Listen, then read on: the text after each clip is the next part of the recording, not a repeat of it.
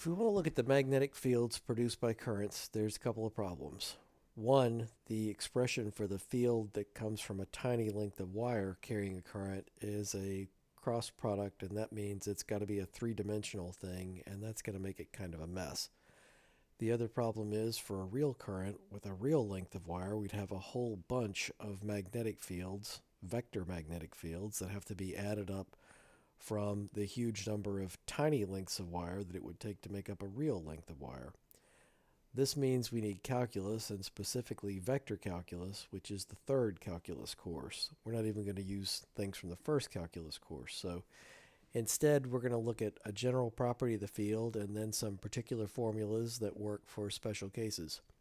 The general property is the magnetic field lines will curl around a current. This is a little bit expected since we know they have to be loops. They can't be starting and stopping anywhere. To find the direction of the loops, we use another right-hand rule.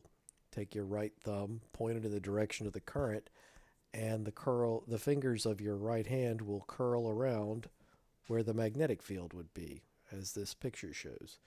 So that lets you orient this. And here we're talking about the conventional current.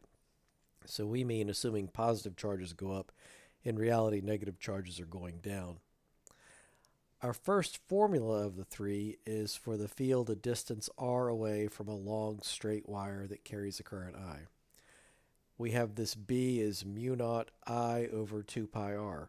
This constant in front, mu naught, is called the permeability of free space. This is kind of related to epsilon naught. We saw a few lectures back, the permittivity of free space. We can see that everything has its own permittivity. If you look up how to make a capacitor, you'll see all sorts of different values of permittivity. There's a huge range.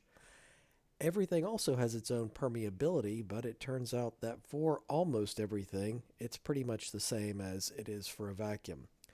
The main exceptions are iron and other magnetic compounds. And one consequence of having everything having pretty much the same value for its permeability is that if you're holding a magnet above an iron plate or something that it's attracted to, you can pass paper or your hand or carbon or copper or whatever between the plates and you won't feel any change in the force you need to hold the magnet there. The value of this is 4 pi times 10 to the negative 7 Tesla meters per amp. The next formula is for the field produced by a current loop of radius r if we measure that field at the center of the loop. This one is mu naught I over 2r. Notice we don't have the pi here anymore.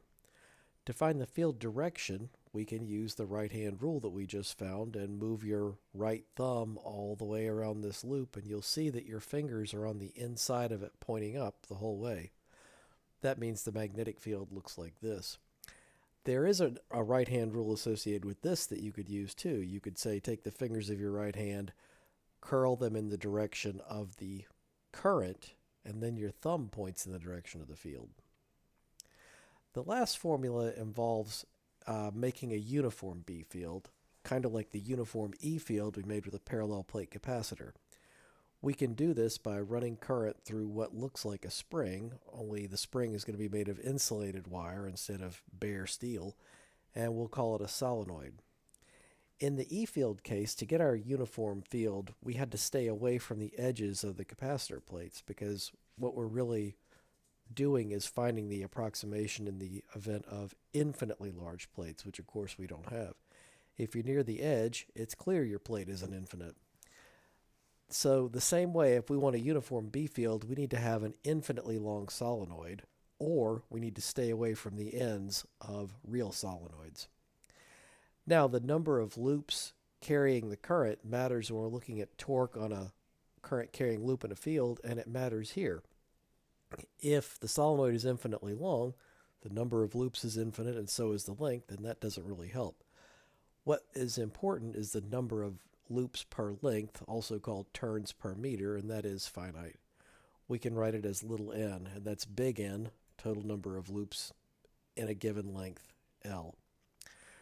If we use this and the solenoid carries a current I, then the uniform magnetic field inside the solenoid is mu naught little n times I.